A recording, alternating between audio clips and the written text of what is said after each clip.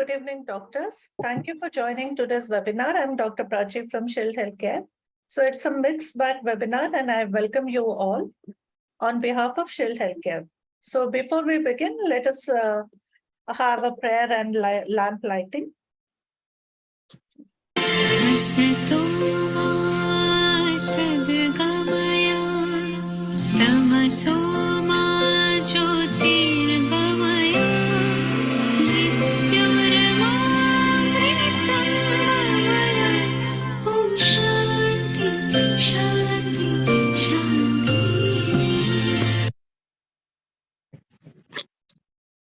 So I'm very honored to introduce today's convener, Dr. Kausha Shah. Ma'am is MRCOG, DNB, FICOG, FCPS, DGO, and DFP, Assistant Professor, Ex-Assistant Professor of KM Hospital and JJ Hospital, Mumbai, DNB teacher, Shatabdi Hospital, and Consultant, KK Medical Center and KK Maternity and General Hospital, Dahisar. With this, I'm happy to hand over this session to Ma'am. Ma'am, over to you. Thank you very much. Thank you very much, Dr. Prachi. Indeed, a warm welcome to all our delegates who have spared time to attend our mixed bag webinar. This is indeed a mixed bag webinar because it ranges, the topics covered are management of preterm labor to management of PPROM, and then followed by a wonderful panel discussion on amniotic fluid index. Our main convener for the program is none other than Dr. Varsha Baste. We welcome you, madam. Thank you. Madam is a practicing gynecologist and an infertility specialist in Nashik since last 30 years and is the director of Baste Maternity Hospital and Pushpa Fertility Center. Madam, to her credit, has the first ICSI and the PGD baby in Northern Maharashtra in 2003. Madam has been the past president of OBGY Society of Nashik, chairperson of FOXI, International Academic Exchange Committee. Madam has been the recipient of various awards, including the prestigious Anandibai Joshi Award. She has been an active member for FOXI for Amog's We First 3 campaign and has received the Puraskar by Honorable Governor of Maharashtra. Madam is a fellow of the ICOG and the FICOG and has participated in various national and international conferences. We welcome you, madam. Thank you. Thank you, Dr. Kusha Shah, Kirti, Murti Lahan, Kirti Mahan. You have so many credentials. I was amazed. You look so small, so young, and you have achieved so much in early in the life. You really congratulate, and I really hats off to your achievements. Welcome, dear dignitaries and my audience. Good evening, everybody. Thank you for attending and joining. I really welcome you all. Thank you, and we are obliged with your presence. So this is a mixed bag webinar, and we wanted to have it in the suburb of Mumbai, like Narasopara and Bhayandar area. And Dr. Raju, none other than Dr. Monica, both helped me to organize this, and they took all the responsibility, and all the chairpersons, all the panelists and speakers, they also were readily happily they agreed to be here and to attend it and grace the occasion. So I am really in depth thankful and obliged by the presence of all of you. Our chief guest, Dr. Suchitra Pandit Madam. So what should I say about her? It is always a pleasure to watch this lady, to talk her. She has so much achievements, great orator, great communicator, great organizer, so many credentials she has. So I will just brief it because I have to. Consultant Department of Objet Surya Group of Hospital, Mumbai, Chairperson AICC RCOG, President ISOPA, President Justice India Association, President of FOXI and ICOG, President Mumbai MOGS, Professor Unit Chief of Science, PG teacher for 34 years, initiated FOXI Justice, that is a really Manasa Tura for her, conceptualized FOXI Youth Mela, And also she has received many awards because of her empowerment project of Dharavi, and member of APACI committee. We many posts we do not know only.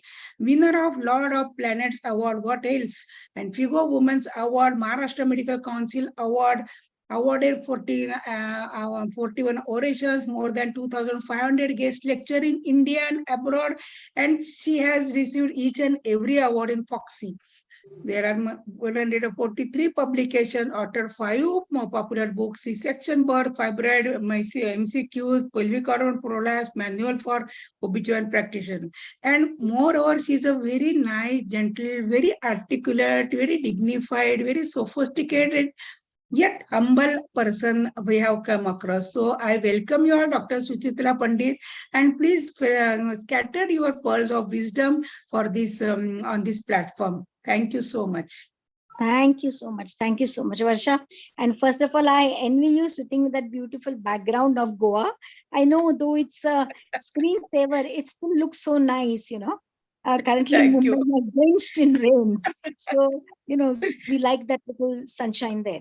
I like the topic mixed bag webinar because, you can accommodate a lot of things, and two very important topics which you've covered here is preterm labor and PPRM, and of course the amniotic fluid index, because there's so much of new things happening about, how do you exactly correlate the severity of this with the fetal outcome. So I'm glad that you've taken AFI as a separate topic. And of course, I know that, your credentials are there. You worked very hard in your area. And remember, many years ago, I asked you, why didn't you go for the vice president's post earlier? And your answer was very, very truthful and very genuine. Madam, I was looking after my family and I was after looking after my practice. So no problem. Whenever you start, it's always a good start. And all the very best for your elections. And I'm sure, whenever there is an election, everybody cannot win. Some will win, some will not win. So let's hope that you are amongst the lucky three, amongst the, 2 of the 3 who win. And all the best for all your efforts that you've been doing. And of course, I must say, it's lovely to see Dr. S.N. Agarwal. He is like, we always call him, he's got a perfect sense of humor. And he's always so approachable and, helpful to everybody in his society, considered as a father figure. And of course, when you're looking at, Vipin and Kritika and Dr. Parsiva, they all are from our Mumbai, though they are in the suburbs of Mumbai, they're very much a part of Mumbai. And of course, Raju Nagarkatti is a great friend, Navneet, Uzma, Sarita, Sanjay Manjrekar, and Sanjay Shah. We meet them, and Raju Taisheti, of course, we meet them off and on. But to see them on this panel, great. And all the best for this webinar. And Varsha, wish you all the best for your elections. Thank you very much. Thank you so much, Dr. Suchitra Pandit, for gracing the occasion and sparing the time to address this webinar. Over to you, Dr. Kusha. Yes. So with this, we now welcome our guest of honor, who is none other than our most loving Dr. S.N. Agarwal. Sir. Dr. S.N. Agarwal, sir, thank you so much for, you are like a Bhishmacharya. I always say so much blessed and father figure, what Dr. Suchitra Pandit rightly said. Your name is also godly, Shiva Agarwal. So I'm really happy you are here and always happy, smiling, humorous, and always encouraging personality. Dr. Agarwal is an eminent senior gynecologist, great academically. He has 50 years of clinical skill, special interest in doing vaginal hysterectomy, trustee of various organizations like BMA, AFG, AMC, recipient of Lifetime Achievement Award like BMA, MOGS, AMC, IMA, AFG, received highest award for tubectomy in 1987, received award Shields of Humanity, affiliated with many NGOs like Lions, Agarwal Seva Samiti, Shantata Committee, last but not least, speaker for innumerable conferences at local, state, and national level, and even international ones. So, Dr. Agarwal, sir, please address and give us your pearl of wisdom. And you are always welcome. And because of you, you have really increased the standard of this webinar, Dr. Suchitra Pandit and Dr. Agarwal sir. I am really blessed with your presence. Sir, unmute. Yes, sir. Sir, please unmute yourself. I think the internet connection may be a bit weak. That's why it shows connecting to audio. Yeah, he is connected but Sir, cannot please be. click on audio option, sir. Sir, you connected from your phone or you connected from the laptop, sir? Saiti, please give sir a call and explain it to him, no? Yes, ma'am. Sir has not connected his audio at all, ma'am. So it is. You just Sir give him a need to call. click You have on to the explain audio it to him. option. Monika तू phone करते का बेटा? हाँ, sir.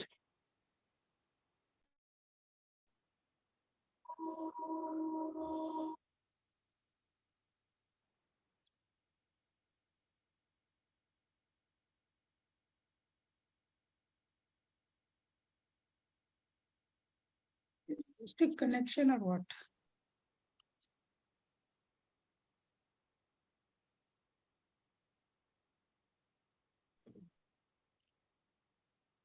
Meantime, let me welcome all the chairpersons present here. Dr. Bipin Checker. What should I say about this person? एकदम म्हणजे काय एकदम दरारा medical legal. It is a pleasure to attend his talks and advice, and one feels secure with his all explanations, medical legal problems and everything. Are you audible, sir? Dr. Baliram Parsevar sir, President of IMA Vasai. Then Vipin Checker sir is co-chairperson, Medical Legal Cell, IMA Maharashtra State, and Kirtika Moghe, consultant from Omkar Hospital. We are blessed to have all these three chairpersons for the two speakers. One other than Dr. Rajendra Nagarkatti is going to talk on management of preterm labor, and Dr. Navneet Desai, who is a senior consultant from Shobana Hospital. She will be talking on management of PPROM. So Yes, sir. we are really blessed to have great speakers and great chairperson too. Sir, you need to Then unmute. Sir, now you unmute. You have joined through your Yes, audio. sir. Now we can hear you. Can you hear me? Yes, sir. Yes, sir. Now sir. we can hear you. Yes, sir. Yes, sir. Yes, sir. Good evening and thank you very much for your kind word. Whether the premature delivery or premature rupture of the membrane, amniotic fluid embolism, all are the blaming game. Whenever it happens to anybody, the mother-in-law blame the daughter-in-law because of her mistake. It happens. Daughter-in-law blame the husband because of you have not taken the care of this, and husband blame the doctors, and doctor blamed himself. Why I have treated this patient or why I have taken this patient. This is a bloat in the blue. It comes suddenly and nobody can prevent it. It can be treated, but nobody can be prevented it. And today I am very happy that we are discussing in this.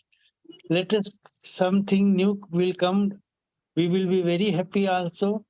And I wish all the success of this webinar, and I wish all the success of the election also. Thank you very much. Thank you, sir. Thank you so much. So from here, we take the webinar ahead. Let us begin with the first session. The first session, the speaker for whom is Dr. Rajendra Nagarkatti, and he will be speaking on management of preterm labor. For this, we introduce the chairpersons and welcome them. Dr. Baliram Parsevar. Dr. Baliram Parsevar is the president of IMA Vasai. He is the medical director of OMSAI Hospital Vasai. He was a teacher at Rajiv Gandhi Medical College and a member of various societies, including the ISAR, MOGS, FOXY, AFG, IAG, and AMC. And Sir was the recipient of the Kukde Memorial Prize by the Nagpur University. We welcome you, sir.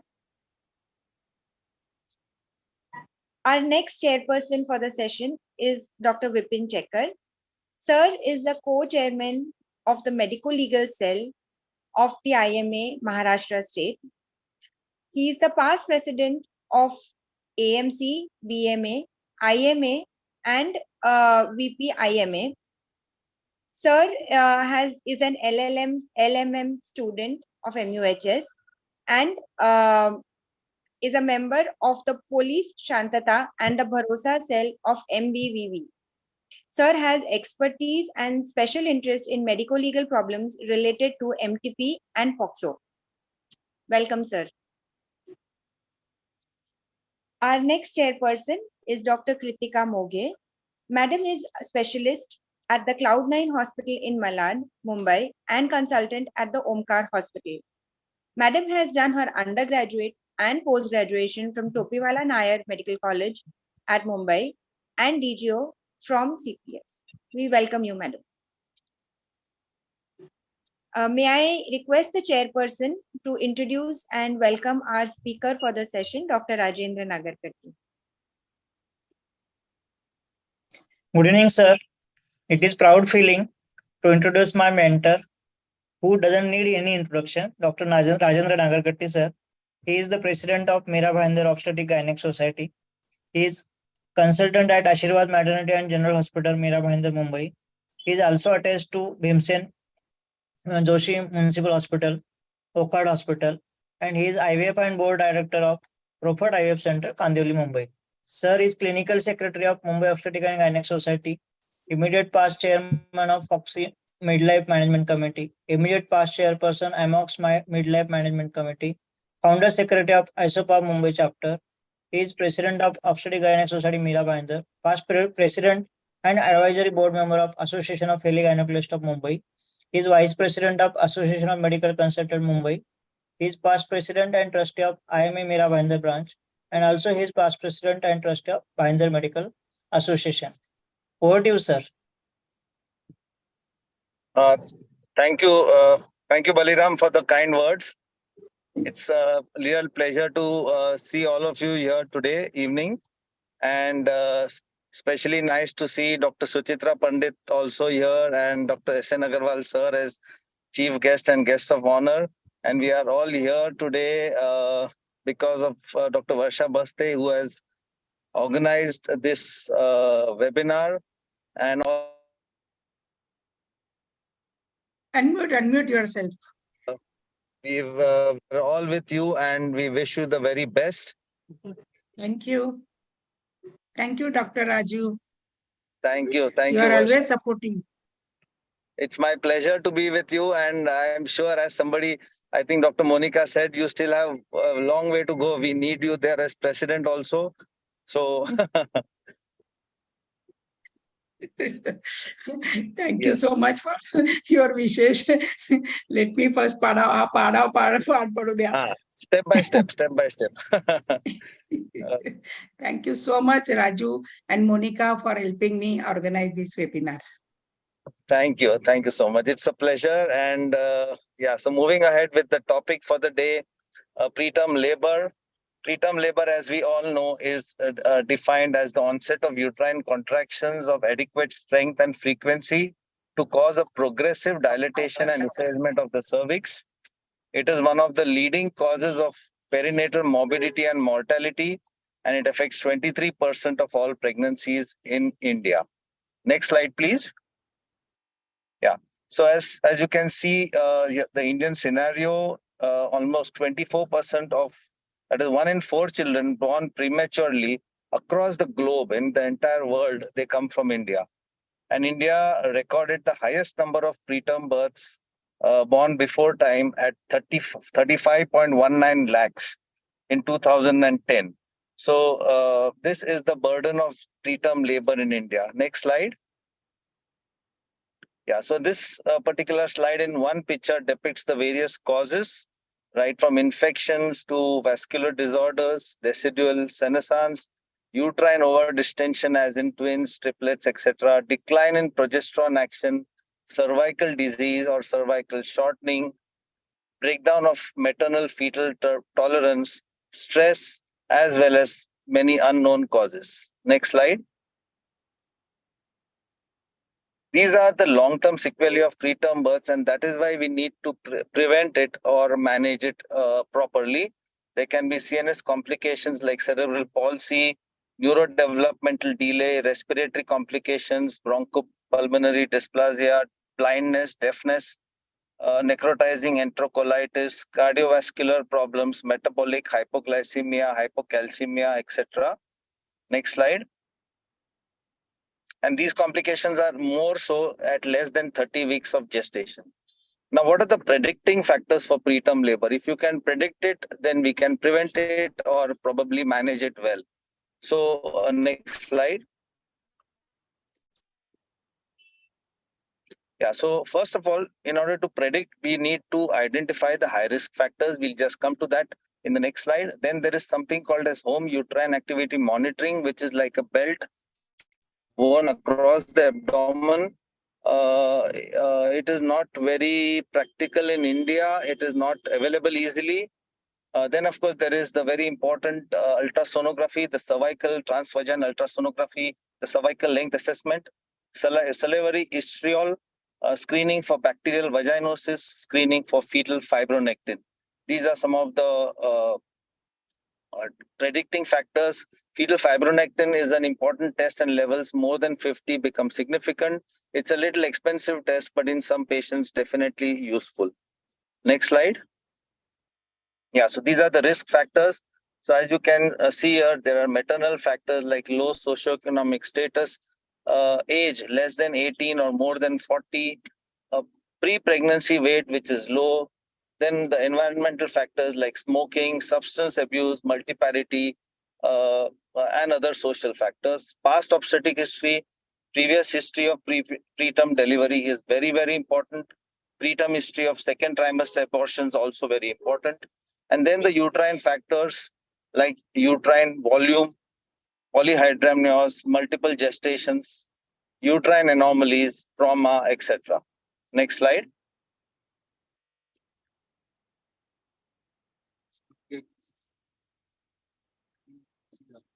Next slide. Yeah. Again, this is the same thing. So I think we'll go again to the next slide.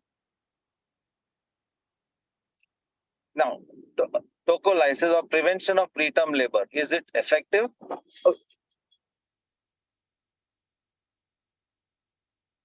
In prevention, there is progesterone, there is cervical cerclage, and there is prophylactic tocolysis. Next slide. Progesterone is one of the very important factors in maintaining uterine quiescence to down regulation of the gap junction formation and inhibiting cervical ripening. It's something.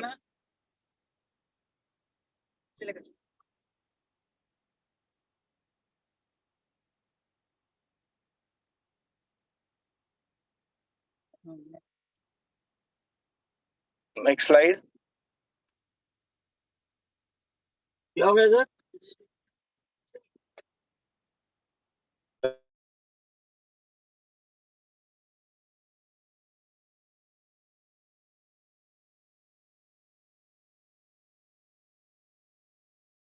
Unmute Dr. Raju.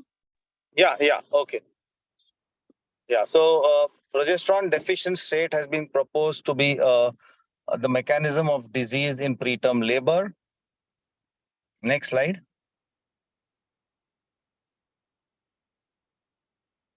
Yeah, cervical cerclage, that is another important aspect in prevention. It is generally indicated only if 3 or more previous preterm or second trimester losses, not offered if 2 or less previous preterm or second trimester abortions are seen. It's actually speaking, this is a very complicated side, but we all know that we measure the cervical length between 16 to 25 weeks of gestation. And if the length is less than 25 millimeters, then we need to offer cervical cerclage. Or if there is a previous loss, a previous preterm loss or a previous abortion, then we need to advise them of cerclage. Next slide. Now coming to the tocolysis, is it effective? Now, there are various things that we need for a perfect tocolysis. One is, does it exist? What is the rationale of its use? There is no clear evidence that tocolytic drugs improve symptoms, and therefore it is reasonable not to use them, or use them only to gain a few days, which would be put to good use, such as corticosteroids course or in utero transfer. They are not associated with any clear reduction in perinatal or neonatal morbidity or mortality, and that is level A evidence. Next slide. So basically, it is to prolong pregnancy and to aim for a term delivery. This is still what everyone believes and expects from us, but we know that practically sometimes it is not possible.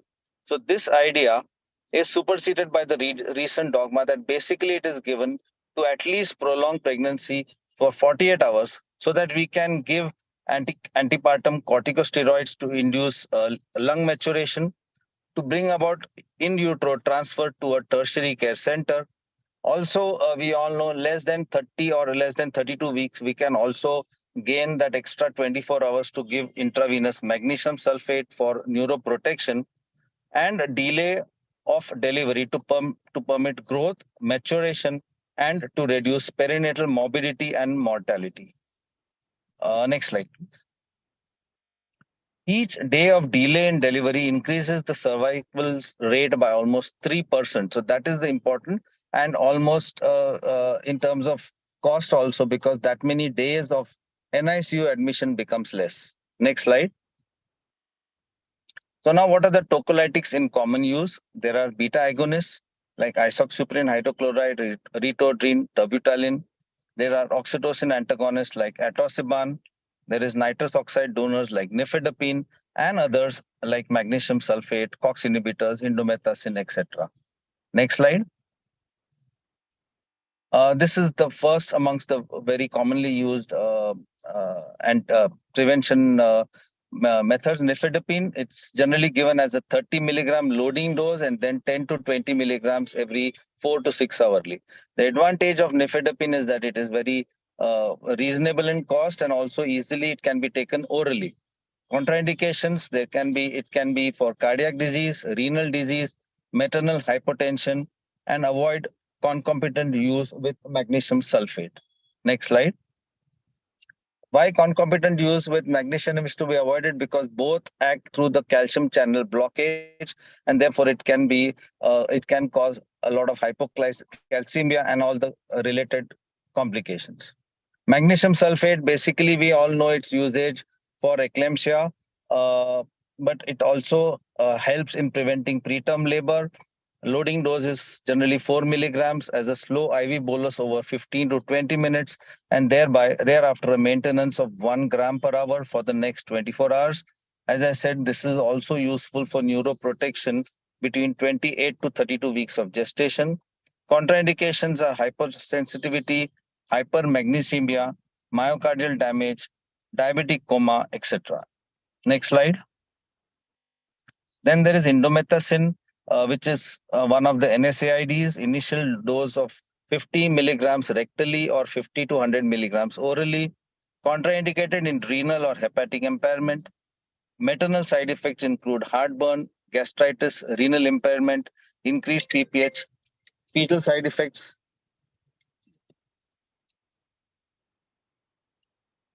include constriction of ductus arteriosus, oligohydramnios, etc.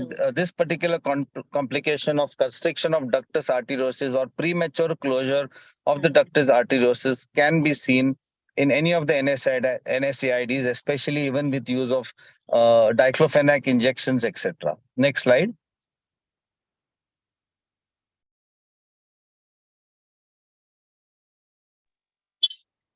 Then, of course, beta mimetics, one of the most commonly used drugs for prevention of preterm labor or even for management of preterm labor, which includes terbutaline, which is given in a dose of 0.25 milligrams subcutaneously every 20 minutes. Ritodrine, given in an initial dose of 50 to 100 microgram per minute. And the contraindications are, of course, uncontrolled thyroid disease, diabetes mellitus, cardiac arrhythmias, etc.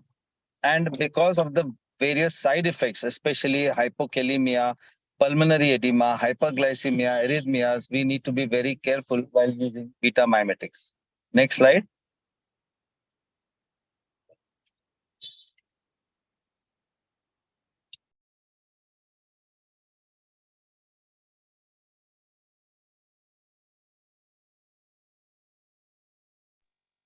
Okay, so isoxsuprine is one of the most commonly used among the beta mimetics. It is a drug which we have still been using since so many years. And although it has certain side effects, if used properly, it is a very effective drug. It has been used, as I said, to arrest preterm labor. It was the first beta agonist used to arrest preterm labor. It's a potent vasodilator. It is one of the drugs approved by the DCGI. Even ACOG, the American College of Obstetrics and Gynecology, recommends beta sympathomimetics as the first line treatment in management of preterm labor. And evidence includes positive reviews on tolerability of the drug when used both as acute and maintenance therapy. Next slide.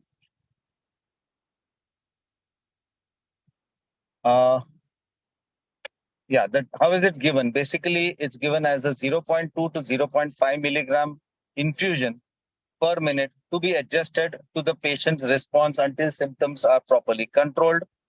Generally, we give 6 ampoules in 500 milliliters of 5% dextrose. To be a little bit more safe, you can also use 4 ampoules in one pint of 500 ml. The drip rate should be 30 to 45 drops per minute, gradually increase to 50 to 80 drops till you get a positive proper response. Very important to monitor the blood pressure of the patient. Dose can be titrated as per the response of the patient. Next slide. Regulatory status of Tocolize. Ministry of Health and Family Welfare. They have indicated the use of isoxsuprine in preterm labor. It's a Schedule H drug approved by the CDSCO. And it's also given in the monograph in National Formulary List of 2016, published by Indian Pharmacopoeia Commission. Next slide. This is again continuation. Even many other countries have approved its use. European Medical Agency assessment, EMA assessment report for short-term beta adrenergic agonists. Even as I said, ACOG also has recommended it as the first-time usage. It's one of the first drugs to be used for preterm labor. Next slide.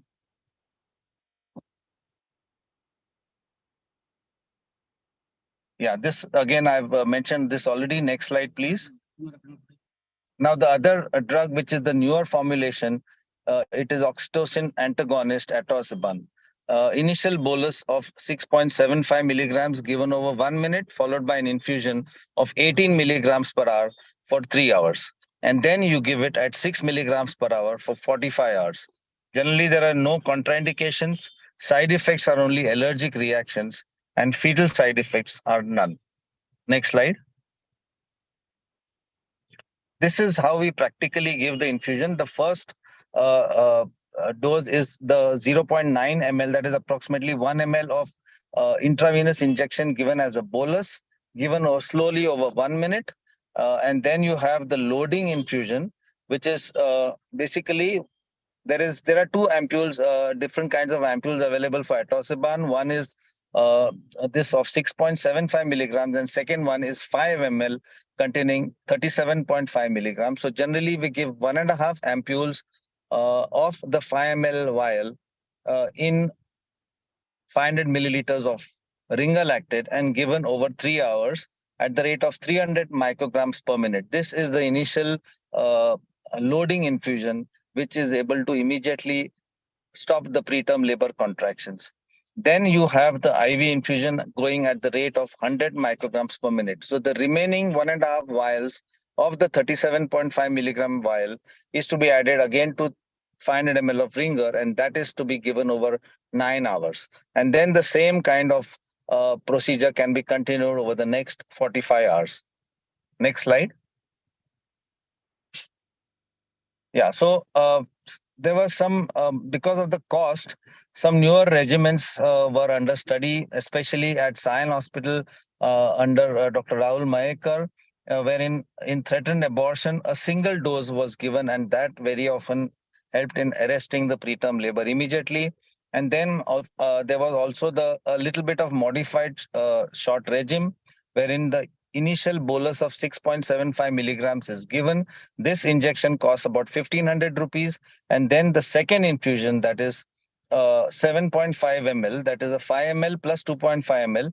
This 5 ml vial costs about 5,000 rupees. So when you use 1.5 vials, it is about 7,500. And together, these two will be costing around 9,000, which is quite reasonable. So you give this 7.5 ml added to 500 milliliters of saline over 3 hours, and then the remaining 7.5 ml over next 9 hours. So together, over 12 hours, you are bringing about a control of the preterm labor contractions. Next slide. Overall, out of the 242 women who received atosiban, it was able to stop the preterm labor at least for 48 hours to be able to complete the corticosteroids in 97%, and another 49% continued gestation up to term. Next slide. ADRs were generally, that is adverse drug reactions, were generally very mild. The most commonly reported was nausea, and there was no specific reaction in the newborn.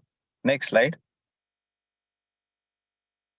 So therefore, atosiban is a much safer drug as compared to beta agonists, with a 10-fold decrease in the rate of cardiovascular side effects and a 15-fold decrease in the need to discontinue treatment owing to unacceptable side effects. Next slide. This is a comparison of isoxsuprine versus nifedipine. It was seen that you can see the response is 61% in the isoxsuprine group and 70% in the nifedipine group, not statistically significant. And therefore, you can say that both drugs had similar success in inhibiting preterm labor. Next slide. This is comparison of atosiban versus beta receptor. Beta agonists are not uterospecific. That is what the comparison says. Atosiban has superior efficacy without the conventional cardiovascular side effects. We know beta agonists can sometimes cause severe tachycardia, cardiac arrhythmias, etc., and sometimes the need to discontinue treatment because of these side effects. And therefore, they have been generally phased out of use because of one is less efficacy and this higher rate of maternal adverse drug reactions. Whereas atosiban is very useful with heart disease patients as well as multifetal pregnancies and also with anemia in all these cases where beta agonists are contraindicated. Next slide. Then this was a comparison of atosiban versus nifedipine. Atosiban is as effective as nifedipine, but with again fewer side effects. Nifedipine is also not uterospecific, hence has multi-organ side effects. It has no license or approval for use in pregnancy in terms of spontaneous preterm labor. It's a category C drug and therefore not recommended before 20 weeks of gestation. We all use it also as an antihypertensive, but it has this advantage of being quiescence or bringing about quiescence in the uterus also. Next slide. This was comparison of, so therefore now we can say a summary, a drug summary of all the tocolytic drugs. Nifedipine and atosiban have comparable effectiveness. Compared to beta agonists, nifedipine improves neonatal outcome. Beta agonists have higher side effects. All of them, nifedipine, atosiban, COX inhibitors, they have lesser side effects. However, comparing effectiveness is still unclear, although atosiban has a specific advantage in terms of being an oxytocin antagonist. Atosiban is also much safer than beta agonists with a 10-fold decreased rate of cardiovascular side effects. Maintenance therapy in threatened preterm is not recommended. Generally, it is recommended only for the 48 hours to be able to give steroids and in utero transfer. Next slide.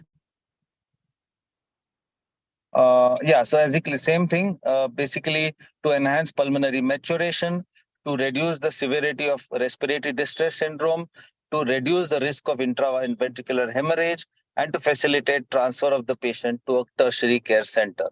Next slide. Now, where should you deliver such a patient becomes an important point. You should deliver in a patient in a center where there is facility for immediate admission to NICU, and so that the newborn can be taken care of immediately. Next slide. Take home messages. Next slide. Yeah. Fetal fibronectin is a promising predictive test, but it may have limited accuracy in predicting preterm births within 7 days. It generally predicts it within 14 days. So for immediate prediction, it is not very effective. Ultrasound assessment of cervical length is a very important and promising predictive test for symptomatic women, where if we, as I said, a length of less than 2.5 or specifically length less than 2 centimeters becomes a very indication that she's likely to go into preterm labor. Use isoxaprine as a first line treatment. It is accepted, particularly in India. Next slide. Etoposide and nifedipine appear to have comparable effectiveness in delaying delivery with fewer adverse effects as compared to the beta mimetics. Ritodrine and etoposide are licensed in the UK for treatment of threatened preterm labor. Although the use of nifedipine for preterm labor is unlicensed, it has the advantages of low price and oral administration. Next slide. Antenatal steroids should be initiated between 24 to 34 weeks of gestation, even in fact up to 36 weeks of gestation, to bring about maturation, fetal lung maturation, and reduce fetal morbidity. Next slide. Routine administration of antibiotics in premature labor pains without premature rupture of membranes is not recommended because the rate of maternal infection is low. But pregnancy is not prolonged, nor a reduction of any neonatal complications has been seen. So unnecessary use of antibiotics is not recommended. There is no evidence that bed rest actually lowers the rate of preterm birth. Next slide. Yeah, thank you. Thank you for a patient hearing. And once again, thank you, Dr. Varsha, and best wishes. Thank you so much. Such a elaborate, such a exhaustive, and such a nice, well-read, updated, uterospecific and other treatments you have given. Exactly how much the dosage and all are the updates about uterospecific drug atosiban and also isoxaprine. The knowledge was thorough and really enthralled the audience with great updates. Thank you so much, Dr. Raju. You are a great orator and really a great academician. Thank you, madam. Thank you so Over much. to you, chairpersons. We now request our chairperson to introduce our next speaker, Dr. Navneet Yeah, Desai. chairperson, do you want to give your comments, concluding remark, Dr. Baliram, for Dr. Raju's talk? Or otherwise, we will proceed further. Thank you, Dr. Raju. I'm really, we feel enlightened with your such a elaborate talk, because preterm birth is very, very sensitive issue. We want to carry the pregnancy forward by anyhow and any which way. And the science studies are really helping us with uterus-specific atosiban. Instead of bringing out the baby early and NICU costly treatments, in utero treatments are far much better with atosiban. That is what you have given us a take-home message. Thank you so much. Over to you, Kusha. Thank you. Yes, we now request our chairperson to introduce our next speaker, Dr. Navneet Desai, who will be taking the topic on management of PPROM. Dr. Navneet Desai is the director and consultant gynecologist at Shobna Maternity and Surgical Hospital, Bhayandar, and Juana Medical Mother and Child Care Hospital at Mira Road. She is the director at Tanish Rao Imaging Center, Mira Road. She has been the president of Indian Medical Association of the Mira Bhayandar branch 22-23. She is the treasurer of Obstetrics and Gynec Society of Mira Bhayandar 22-24. She is the Premises Secretary Association of Fellow Gynecology, Mumbai 23-24, Managing Committee member of the AMC 23-24, and the trustee of Mahindra Medical Association. Welcome you, Dr. Navneet. Thank you, Madam, for gracing the occasion. And I would like Dr. Sanjay Manjalkar and Dr. Bipin, if they are there, to give their insights also before start of Dr. Navneet Desai's talk. And also they can give concluding remarks. Dr. Sanjay. Unmute, sir.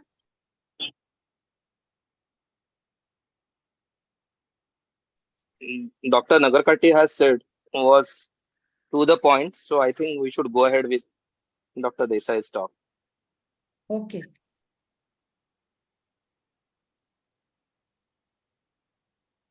At the outset, I would like to thank Dr. Nagarkatti sir for inviting me for this session, and also Dr. Varsha madam. And also, madam, I wish you all the best for your upcoming elections. Thank you so much, Dr. Navneet. Thank you. Thank you, madam. So Nagarkatti sir has given a nice brief on the PROM. So I am here to tell you something about premature preterm rupture of membranes. Next, please. So the management of patients with PPROM has changed markedly in the past several years. The basis for this is combination of better understanding of newborn physiology, improved neonatal care, refinements in antibiotic therapy, and widespread use of maternal and fetal monitoring systems.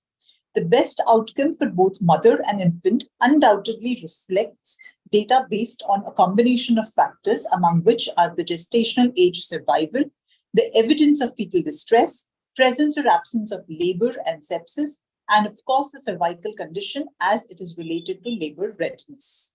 Next, please. Coming to the definition. Spontaneous rupture of membranes anytime before 37 weeks of gestation is called as preterm premature rupture of membranes. It is a leading cause of neonatal morbidity and mortality and is associated with 30% of the preterm deliveries. Next, please. The incidence in all pregnancies ranges from 1 to 3%. Next. Coming to its pathogenesis, it is multifactorial pathogenesis.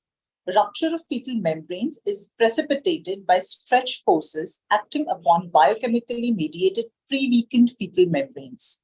The fetal membranes weaken in late gestation as a result of biochemical changes involving the extracellular matrix, remodeling, and apoptosis. Next. The pre-weakening could occur before term because of defective collagen, infections, other inflammatory processes running in the patient's body, hemorrhage in early pregnancy, increased mechanical stretch like in polyhydramnios or in twin gestation, sac exposure due to cervical incompetence. So acute inflammation leads to increased proteolytic enzymes, which leads to activation of cytokines and which triggers the matrix breakdown. Next. Causes, as I've already mentioned, can be intrauterine infections, STDs, previous history of premature preterm rupture of membranes, patients who smoke, then multiple gestations and polyhydramnios, and cervical incompetence. The main symptom is either sudden gush of fluid leak, or patient can sometimes come with a complaint of steady reflex of meconium seen, consistency of the fluid coming. Next, yeah. To diagnose, sterile speculum examination is first performed to evaluate the fetal membrane status and inspect the cervix. If rupture of membranes is confirmed by visualization how it is confirmed, it is by visualization of amniotic fluid in the posterior formats. Next. Also, we can use a nitrozyme test, which uses pH to distinguish between amniotic fluid from other secretions like the vaginal secretions and the urine. The amniotic fluid is alkaline, having a pH of above 7.1. whereas the vaginal secretion has a pH of 4.5 and urine less than 6. Next. So this test involves putting a drop of fluid obtained from vagina onto the nitrogen strips. And if it turns blue, the pH is greater than 6. Next. This is again the same test. Next.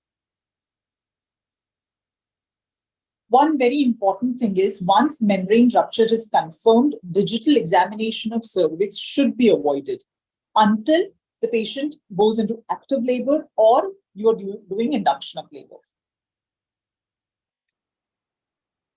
Coming to the investigations, the patient has to be subjected to a complete blood count, CRP, urine routine examination and culture and sensitivity as needed. A high vaginal swab is sent for gram stain and culture. Ultrasound is done for gestational age and fetal BPP, CTG, nitrogen test or the Fern test. Next. So what is this Fern test? Fern test is detection of a characteristic Fern pattern, a fern-like pattern of cervical mucus when a specimen of cervical mucus is allowed to dry on the glass slide and viewed under a low power microscope. This can help detect rupture of membranes and onset of labor. Coming to differential diagnosis. Patients can come to your OPDs and say, okay, we are feeling a constant wetness. So then you have to rule out rupture of membranes and see what other problems can occur. So patient can have urinary incontinence. She can have normal increased vaginal secretions, which can be physiological, infections, and sometimes it is exogenous fluids like douches. Coming to complications.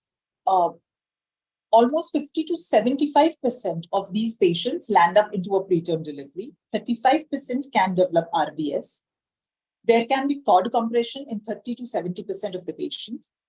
Uterine infections in 13 to 60% of the patients, leading to abruption and sometimes antenatal fetal demise, which is 1 to 2%. Coming to treatment. General treatment includes hospitalization, bed rest, giving the patient clean vulval pads, broad spectrum antibiotics. Counseling is very important of the parents. Then maternal monitoring of vitals, color, odor, consistency of the liquor and uterine tenderness.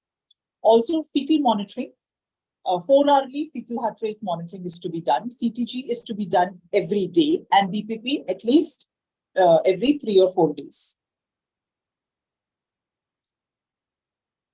Based upon the maternal health assessment and fetal gestational age, weight, and pulmonary maturity, also the septic workup and non-stress test and biophysical profile, then you monitor maternal pulse, temperature, fetal heart, and to start prophylactic broad-spectrum antibiotic. If you suspect amnionitis, placental abruption, fetal death or distress, or patient is in active labor, then deliver the patient with intrapartum antibiotic and shift the baby to an ICU. If all these are absent, next please, and the patient is term, that is more than 37 weeks of gestation, proceed with delivery, and group B, streptococcus prophylaxis is recommended. If the patient is near term, that is 34 to 36 weeks, again proceed to delivery, and group B, streptococcus prophylaxis is recommended. However, if the patient is preterm, that is 32 to 33 weeks completed, expected management is done unless fetal lung maturity is documented. Again, group B, streptococcus prophylaxis is given. Corticosteroids, there is no consensus, but experts recommend giving corticosteroids to these patients. And antibiotic prophylaxis is recommended to prolong the latency if there is no contraindication. Next, please. If the patient is preterm, that is between 24 to 31 completed weeks, again, expected management unless the fetal lung maturity is documented. Antibiotic prophylaxis is given, corticosteroids is given, and tocolysis can be given to 48 hours to prolong the pregnancy till the corticosteroids are active. However, if the patient is preterm, that is less than 24 weeks of gestation, we have to counsel the patient as the chances of survival of the baby is very low. So we have to tell the patient, inform the patient about all this, and again, do the same. Thank you.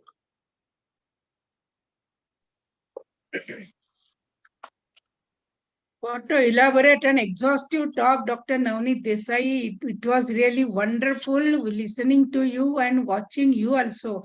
And you really gave great inputs, how to prevent, how to predict, how to treat, and what will the sequelae, and everything was covered in depth. And I am really happy.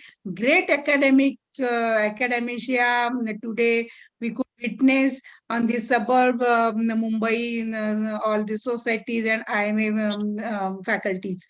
So I'm really happy to because I witnessed your talk, which was really laden with all the take-home messages. So over to you, Dr. Sanjay. Would you like to say something as a chairperson?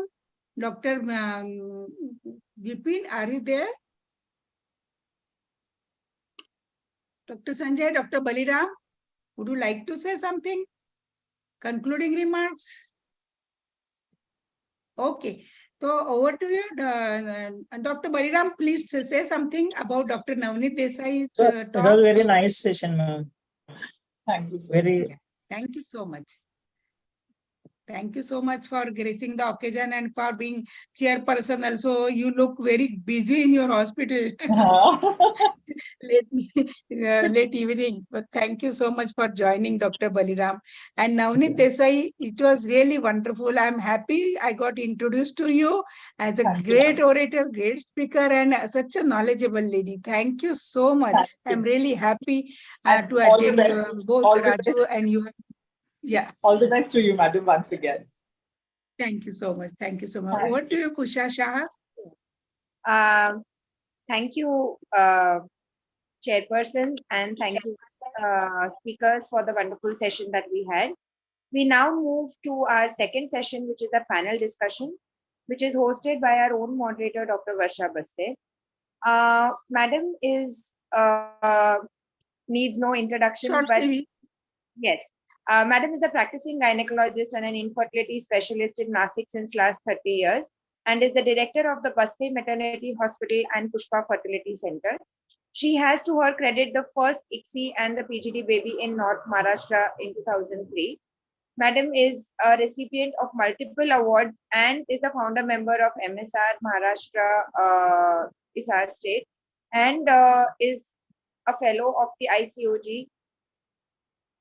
Madam is the recipient of the prestigious Anandibai Joshi Award and multiple other awards. Okay, thank you, Dr. Kusha, for your generous and nice introduction of mine.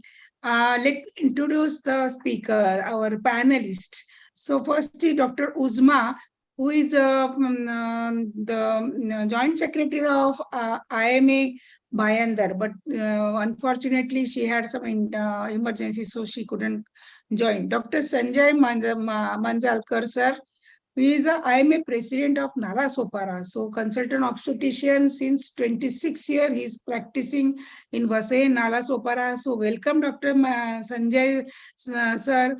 Then beautiful Dr. Rajashri Tayashete, who is senior consultant of Mira Road Hospital and Youth Council member of MOGS, postgraduate teacher also, and she has many credentials to her credit. Dr. Thank you, madam. Yeah, thank you so much for joining. Dr. Sarita Channawar, who is an obstetrician gynac and attached to many hospitals at Mira Road, and she is a managing committee member of IMA Mira Bhayandar branch and scientific secretary of Mira Road Medical Association also. Dr. Neeta Singh. Welcome, Dr. Sarita. Dr. Neetu Singh. Dr. Neetu Singh is a senior consultant from Thunga Hospital. She is a consultant and managing director of Pinnacle Hospital, Dahisar East, and practicing since 10 years. So welcome, Dr. Neetu Singh. Dr. Sanjay Shah, he's a past president of the Dahisar Medical Association, practicing since 32 years at AMI Maternity and Surgical Hospital, Dahisar, Mumbai, board member of IVF consultant at Profert IVF Clinic, ex-president, Dahisar Medical Association, and special interest is in infertility and vaginal hysterectomy. So with all these credentials and the plethora of the panelists, let me share my slide, my presentation, my PPT. We are going to have great panel discussion on amniotic fluid index. So can you see my presentation on? Yes, ma'am. Is it okay? Can you see? Yeah.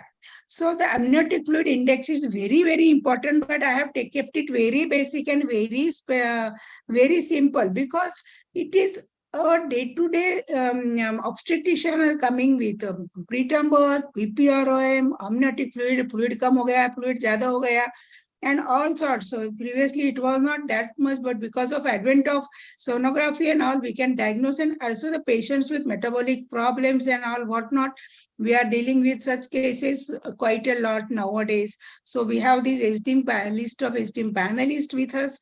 So let me start with, anybody can take, Dr. Sanjay ji, you can take this first Yes. question. What is amniotic fluid exactly composed of? It's basically in early pregnancy, it's maternal extracellular fluid, where the transfer of water and other molecules takes place across fetal skin and amnion, and this keeps on changing according to the different trimesters of pregnancy. Yes, sir. So now first and early second trimester, the amount is around 5 to 50 ml. Then it arises from ultrafiltrated to maternal plasma, transduction of fetal plasma through fetal skin and cord till 20 weeks. And it's an isoosmolar fluid with fetal and maternal plasma through the divide of proteins. So it is very, very important. The composition is very, very important. And because it is devoid of proteins, the baby can float very well, and baby can have good movements in the amniotic fluid, because the molecular weight is not that much. So Dr. Uzma is not there. Beautiful Dr. Rajashri, can you take the second question? How does the amniotic volume increase with each trimester in pregnancy? So after 20 weeks, amniotic fluid is majorly composed of fetal urine. So fetal urine is the major constituent of amniotic fluid. That's the reason we see that there is an increase in amniotic fluid level as gestation increases. Also, there is a seepage of water from respiratory tract, and there is also some amount of fluid which is also coming from placenta. So this constitutes amniotic fluid as the gestation advances. Yes, but I cannot see you. You should have been visible on video. Your video is off, but yeah, I can see you now, Rajashri. छोड़ते नहीं है लोगों को, देखते ही है beautiful people. Okay. So the volume and composition is also very, very important. It is not only the straw-like fluid or just plasma separated, nothing like it, because it contains 20 weeks term urine, fetal urine, then at 18 weeks fetal voids 7 to 14 ml per day, and then of the urine. At term, the fetal kidney secretes more around 600 to 700 ml per day of the urine. And then respiratory tract secretions also are very, very important. Almost 250 ml per day is the secretion from lungs and throat and all the alveolar, the respiratory tract. Then fluid transfers across placenta is also taken into consideration. And fetal oronasal secretion also are important. Almost more than 25 ml of this oronasal secretions are collected, and that everything segregates to form the bulk of the amniotic fluid. So, Dr. Neetu Singh, can you explain how is the amniotic fluid volume controlled?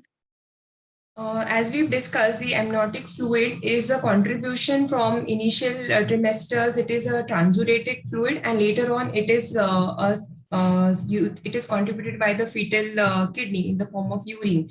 Basically, the secretion is controlled by the continuous fetal swallowing activity, and as we all know, it is also part of the transudation of the maternal plasma.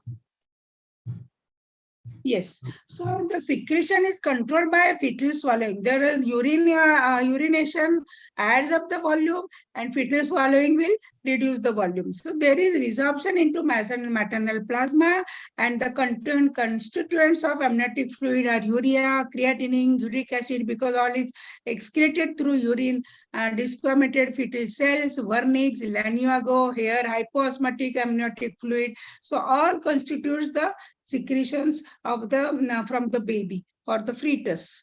So can you tell the next, can you take the next question, Dr. Sanjay Shah, sir? Yeah. Please highlight amniotic fluid circulation. As you Because just you are a said, senior person, you can Oh, take it thank better. you. Thank you, madam. As you just said, basically it is controlled by intake from the fetus by swallowing, as the diagram suggests, about 500 to 1 liter. Even lungs, there is a constantly secreted in the amniotic fluid, but urine keeps on secreting.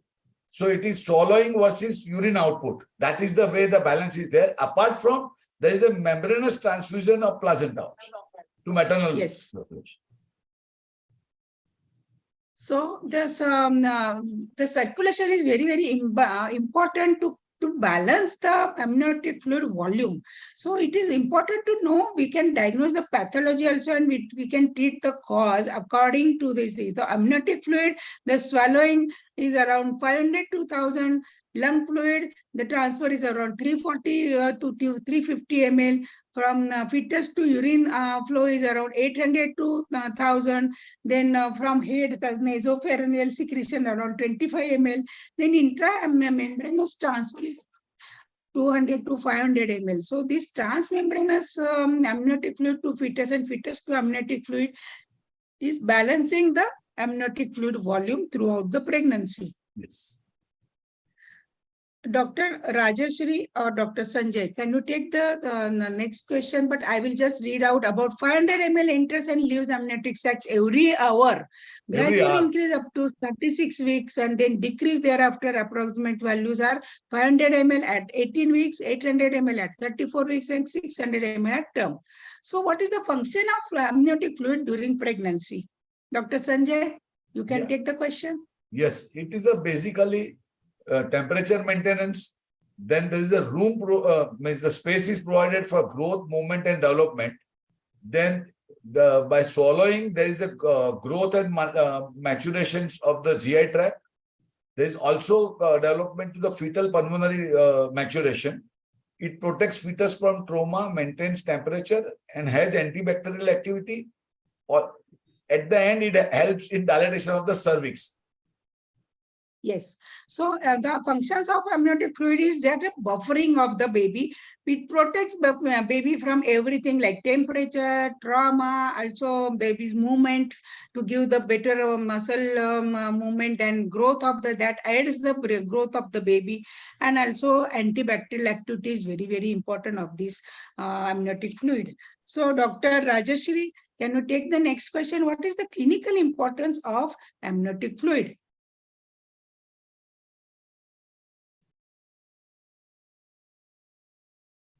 Please, Dr. Rajeshri, are you there?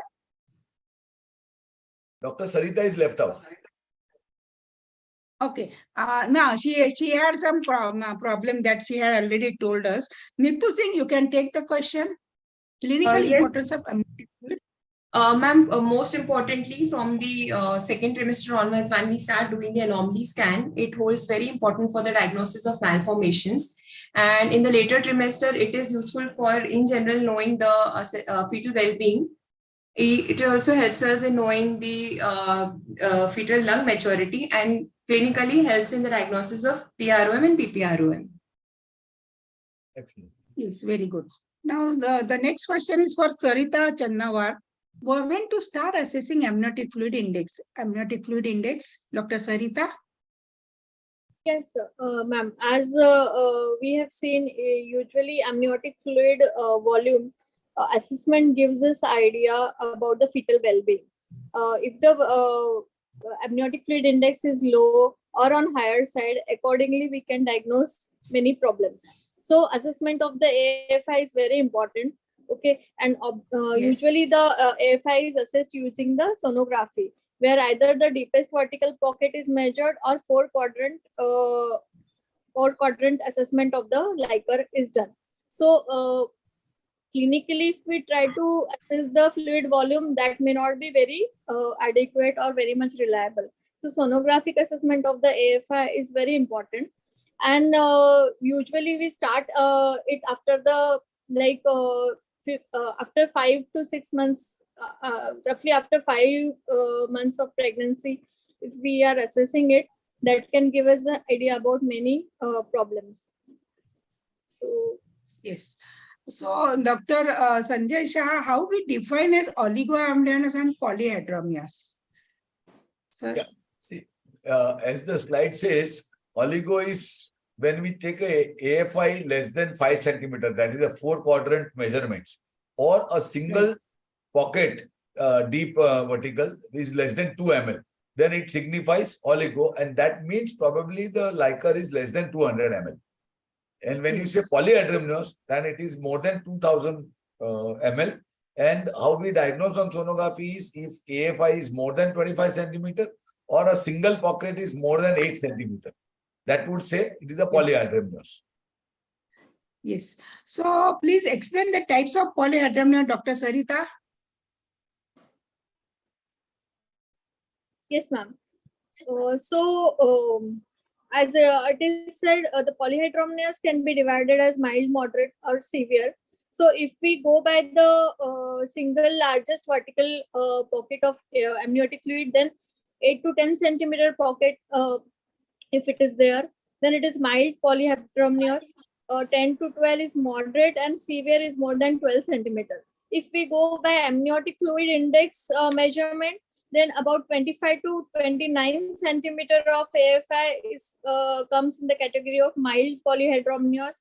More than 30, like 30 to 35 comes as moderate, and more than 35 centimeter AFI comes as severe. Yes, absolutely. So what all can lead to polyhydramnios? Dr. Neetu Singh, can you highlight causes of polyhydramnios? Yes, ma'am, in the as we have already discussed, anomalies could be a common cause of polyhydramnios. Later on, it depends if it has been a gestational diabetes. We usually see patients who are GDM with diabetes, twins, then non-immune hydrops, and at very rarely infections and hemangioma, that is placental hemangiomas, could be the other causes. So NSAID is mainly basically and anomalies are the cause for these polyhydramnios. That's why we see them metabolic syndrome patients. We can see more of these patients. Also diabetes, fetal infection, then absent stomach bubble, cleft palate, anomalies like we have to scan the face, fetal neck obstructing mass, fetal movement, UV junction obstruction, so that the urine voiding is hampered. Then lower spine or pelvic keratomas and placental chorioangiomas are the causes for polyhydramnios.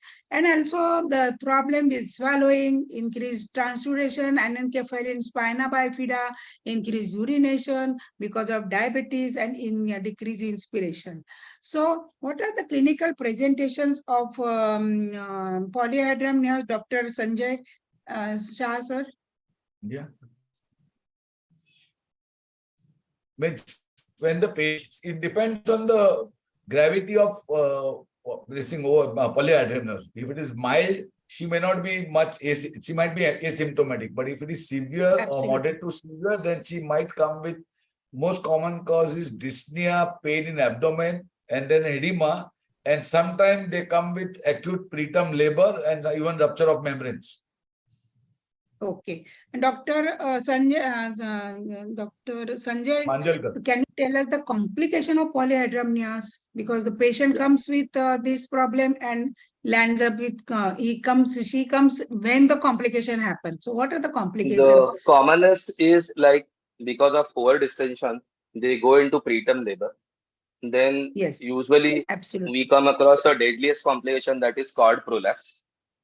Yeah. Then because of cord compression, there is usually a fetal distress. Another deadly complication of obstetrician come across is abruptio. And later Yes. on, once delivery and everything is occur, so over distended uterus usually goes into atony, and we have Yes, to sir. face PPH. So nicely Another said. emotional things what we come across, that usually when we see polyhydramnios at around 20 weeks onward, we know that there are certain amount of like certain percentage there will be fetal anomalies. So sometimes if because of large amount of fluid they are not detected on scan, but then there are chances that we'll end up with this morbidity. Yes, absolutely correctly said everything. So what are the treatment options for polyhydramnios, Dr. Sarita? Yes. So usually, if we talk of medical treatment, then severe polyhydramnios is the one which needs to be treated. Or if patient has clinical symptoms of dyspnea, discomfort, then so usually the endomethacin is the treatment of choice. Either it can be used in a dose of 25 milligram 8 hourly, or yes. Yeah. So endomethacin has its own side effects and can lead to persistent ductus arteriosus. So usually the use of endomethacin is practically to be done only till 34 weeks. After that, it needs to be stopped. And the monitoring of the fetus for the PDA needs to be done. So the NSAID should be avoided during the particular stated period. And amnio reduction in severe cases also reduces the discomfort. Usually with the amnio reduction, ma'am, the whatever amount of fluid you are removing that can quickly get formed again. So amnio reduction may not be helping, but still if in severe cases there is a dyspnea and patient is uncomfortable, we can go for amniotic fluid reduction. And also the chances of preterm labor and infection increase with amnio reduction. So let us take the case one. So the primary with 38 weeks has AFI of 29 centimeter with no other obstetric problem, normal sugars. Now wants to know timing mode of delivery. She's worried about the baby and wants to know how frequently to do sonography. So what are the recommendations? Can Dr. Sanjay Shah tell us, give us some highlight about it? Yeah, I mean, it depends on the severity of the polyhydramnios, as antenatal surveillance not required always in mild polyhydramnios, but mild to moderate, then there is a spontaneous risk of labor before 39 weeks, which is to be worried. If we feel that there is an anomaly associated, then it is better to shift to a patient to a tertiary care. Like if you are suspecting TOF or esophageal atresia, then it is more important to shift the patient at tertiary care. Otherwise, normally, we can wait for the spontaneous labor pain between 38 to 40 weeks. Yes, absolutely correct. So, what is important, deep vertical pocket or quadrant AFI? So, what do you think about Dr. Neetu Singh? What is important about, according to the quadrant AFI versus DVP? Can you highlight it? Yeah, single deep pocket is better compared to the 4 quadrant. And basically at times it ends up DVP is better because it may 4 quadrant may at times overdiagnose. So DVP is preferable, madam. It is madam, as you said, when we suspect oligo, it is deep vertical back pocket is better diagnostic. But if we are suspecting polyhydramnios, then AFI might give you better result. Absolutely. Now the guidelines, new guidelines about sonography are telling the same exactly what Dr. Shah has told us. What are the causes of amnios? Can she is not there. Dr. Sanjay, can you highlight it? Causes Hello. of oligohydramnios. They are like premature rupture of membrane, then post-datism, then uteroplacental insufficiency, PIH, preeclampsia, IUGR. So these are all things which we should come across, but the commonest which we come across is post-datism. So where we scan frequently, where we monitor the liquor and then we take a call. Yeah, because the baby engulfs more of the fluid, and the volume of the swallow also increases, and that and the urine comparatively is less. So post-datism is definitely having oligo, and so They say what are as the far as complications? drugs are concerned, they say that AC inhibitors they cause oligohydramnios, but in our day-to-day practice we don't come across those drugs. Yes, Dr. Sarita, can you tell the complications with oligoamnios? Yes, ma'am. With oligohydramnios, we can see different You're not audible very well. You're unstable, I think. During antenatal period as well as during labor. I'm not audible, ma'am. Am I audible, ma'am? Yeah, now you are audible. Okay. So amniotic fluid bands can be formed. There can be pulmonary hypoplasia for the fetus, pressure deformities during labor because of the cord compression that we can see decelerations due to fetal hypoxia, and fetal distress also can be the result of the oligohydramnios.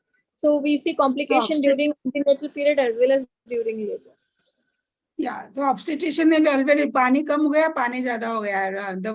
The family is worried, the obstetrician is worried, and this is like tarevarchi kasrat for the obstetrician how to manage. And so assessing oligoamnion at this term is very, very important. So assessment of pregnant with oligoamnias is that we have to evaluate the PPRM, rupture membrane, review the pregnancy dating, order NST or this fetal monitoring and digital fetal monitoring. They determine presence of pregnancy-induced hypertension or metabolic syndrome or other conditions which will reduce the uteroplacental perfusion, and that is insufficiency. Order ultrasound for intrauterine growth restriction and fetal anomalies. So age, are the anomaly revealed at any time of the test? If no, initiate maternal hydration, measure AFI again in 2 to 6 hours. If the AFR is less than 5, no, then you can wait. And if the consider if it is no, then if it is AFI is 5 to 8, no. If the AFI is more than 8, perform AFI measurement and NST weekly. And if the abnormalities are revealed, induction of the labor, initiate maternal hydration. And if the AFI is less than 5, if it is yes, consider induction.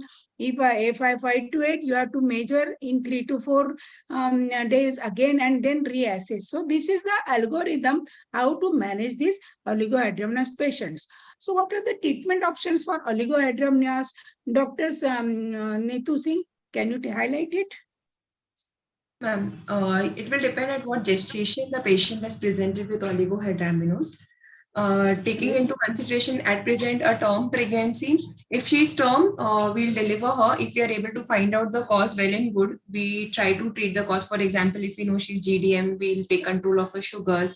If you're suspecting an anomaly, like already discussed, we'll try to deliver the patient in a tertiary care unit. Otherwise, conservative management wise, yes, we do give oral hydration and IV hydration. People do prefer drugs in the form of amino acids and arginine as vasodilators have also been tried. What is your opinion about nitric oxide use, Dr. Sarita? Yes, sir. So nitric oxide donors like leading to vasodilatation in the uteroplacental circulation. leads to increase in the fluid. So yes, practically in a clinical scenario, we are giving this in the form of arginine. So arginine. Sanjay Shah, sir, do you think the use of nariyal ka pani zyada piyo, it helps? Yeah, ma'am, practically we usually tell the patient to Don't have think more so. of oral intake. And if it is a severe, moderate to severe oligo, we can admit the patient and give amino acid infusion and IV hydration. So the osmolality and or the amino acid, does it really help for severe or milder or moderate? Dr. Sanjay, can you highlight about the use of amino acids? When to give? Practically, I have not oligo- used much, but if it is severe, it is worth giving. And specifically, as Neetu said, what gestational age we are treating. When it is too early, Yes. and then we want some fetal weight to improve and maturity to improve, then it is IV amino acids to be given and expected to improve the clinical condition. Okay, Dr. Sanjay Manjalkar, is there any role of this, what you say, Amino infusion. yeah, So we are not. Viagra type of drugs in for So this? they all cause oligo- vasodilation. They all cause vasodilation. Practically, what I have seen in day-to-day practice is that L-arginine, then amino acid infusions, they definitely do help, and the advice of a lot of oral fluids. But then, yes, in Sildenafil. severe cases, yeah, definitely Yes. it helps. Okay, so oral hydration and IV hydration, if the patient is of more moderate to severe, or otherwise you have to, the drugs are okay for mild to moderate, but for severe, you have to terminate the pregnancy and induce the labor. That is what is take home message. So ecogenic amniotic fluid, what is your take? Each one of you give us 1 point about ecogenic amniotic fluid. We are concerned mainly about Dr. Sanjay Shah? meconium. Yeah.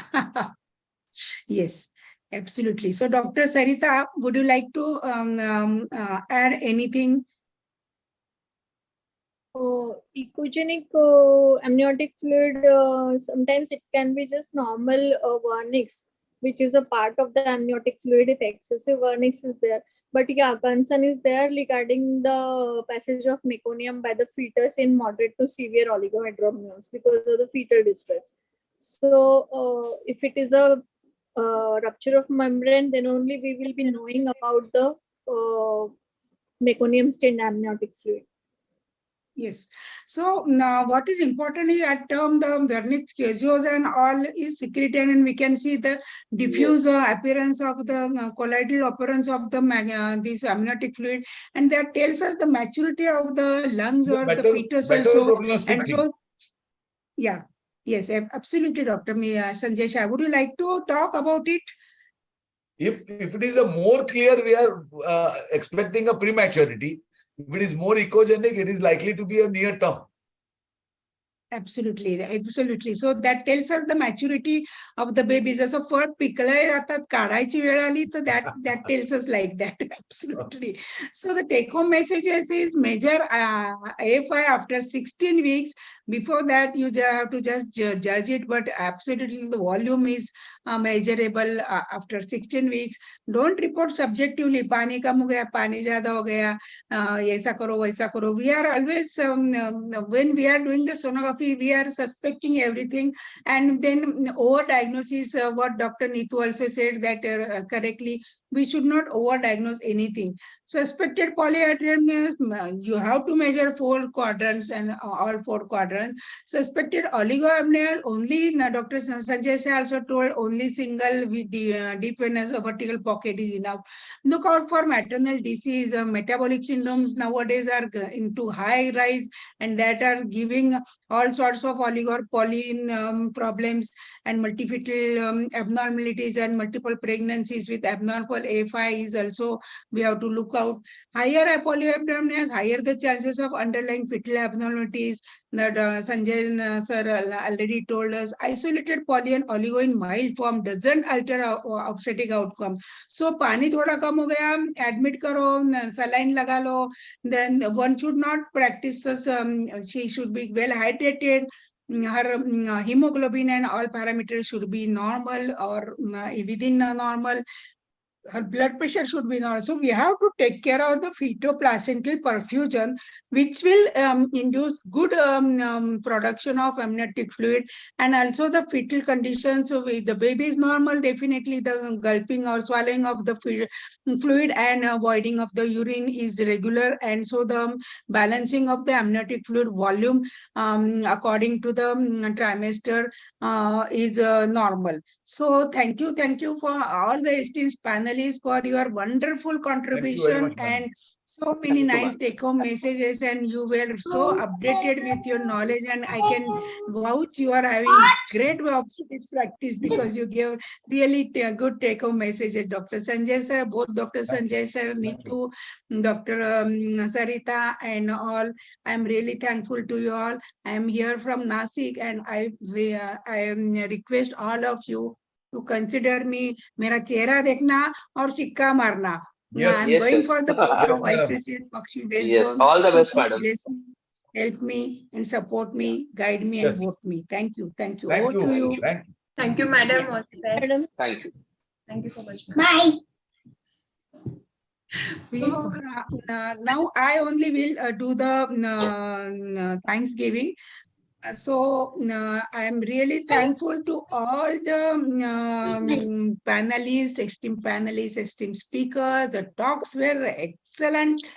Great updates, great inputs for daily practicing obstetricians. We do not have to go on the moon and see for the rarest condition, but we have to be very practical. What we deal daily, like PPROA, preterm birth, oligo, poly, pani kam hua, pani zyada hua, or hypertensive disorder, or metabolic NCDs. That is what we are dealing as a daily obstetricians and daily in our daily day-to-day practice. And we need such webinars to enhance our knowledge and take home messages also, and the newer drugs like uterus-specific atosiban or isoxazoline or whatever doctor told us, and about PPROM also. So madam also gave us many take-home messages. So all these amniotic fluid index panel discussion, everything enlightened us and gave us more confidence in our practice to do the obstetric practice more confidently, and the knowledge gives the power to handle the babies and the these mothers and all the emergencies. So I thank all the panelists, Dr. Sanjay Shah, Dr. Sanjay Manjalkar, Dr. Sarita, Dr. this one, Neetu Singh, she has left, I think, and everybody for being here as a STEAM panelist. And I thank all the chairpersons also, Dr. Monica, Dr. Rajan Nagarkatti for helping me, chief guest, Dr. Suchitra Pandit, and our Bhishmacharya, Dr. Shiv Agarwal sir, and also I am really thankful Dr. Sahiti for being a great web designer throughout the year for me, helping me out. This was my last webinar, so I am really thankful to each and everyone. And I am really had a virtual meeting with you all and virtual visit to suburb of Mumbai, that is Bhayandar, and this all the areas of around the suburbs of Mumbai. Thank you so much for gracing the occasion. Shabba khair, good night, dhanyawad. Thank you, Dr. Rajendra Nagarkatti, for making it possible for me, and Dr. Monica also. Dhanyawad. Radhe. Thank Radhe. you. Thank you, I Dr. love you Ota. all. Thank you, Rajendra. Thank you. Best wishes. Yeah. Thank you so much.